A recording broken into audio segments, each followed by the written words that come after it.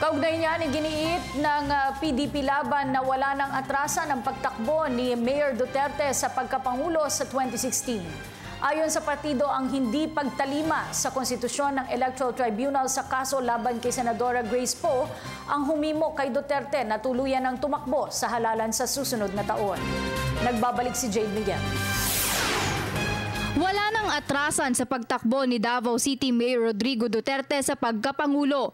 Ayon sa presidente ng PDP laban na si Senador Coco Pimentel, nung una pa lamang ay si Duterte na talaga ang manok nila para sa naturang posisyon. We are so happy that our strongest candidate for president is the one who is now our candidate. So nag-improve yung aming positioning. Iginiit din ng kampo ni Duterte na ang umano'y hindi pagtalima ng Senate Electoral Tribunal sa konstitusyon base sa naging desisyon nito sa kaso ni Senador Grace Poe ang talagang humimok kay Duterte na tuluyang tumakbo.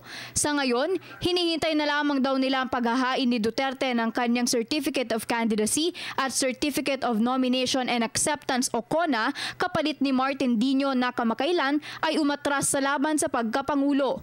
Magugunita ng miyembro ng PDP laban si Dino at hinahayaan ng COMELEC ang substitution hanggang Disyembre 10. Samantala, naniniwala naman ang katandem ni Duterte na si Senador Alan Peter Cayetano na may halong politika at emosyon ang naka-impluwensya sa desisyon ng SET sa kaso ni Poe.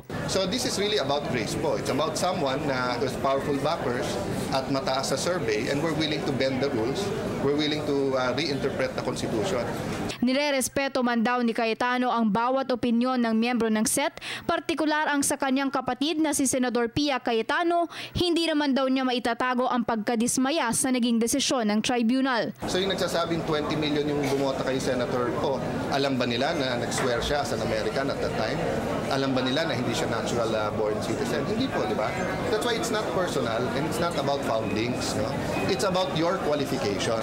Dagdag pa ng senador, bagamat wala silang masamang tinapay kay Poe, kailangan daw malaman ng publiko kung sino ang magulang ng senadora dahil hindi lamang basta-basta maaaring ipagpalagayan niya ang katauhan ng isang politikong naluklok sa pinakamataas na posisyon sa bansa. Saying is once upon a time, she took an oath sa Amerika dahil mahal daw ng pamilya. So kung mahal niya ang bansa, bakit pumapayag siya na magkaroon ng constitutional crisis o nayurakan ng constitution na magkaroon ng ganito pa agad para lang maging presidente siya? Para sa Telebisyon ng Bayan, Jade Miguel.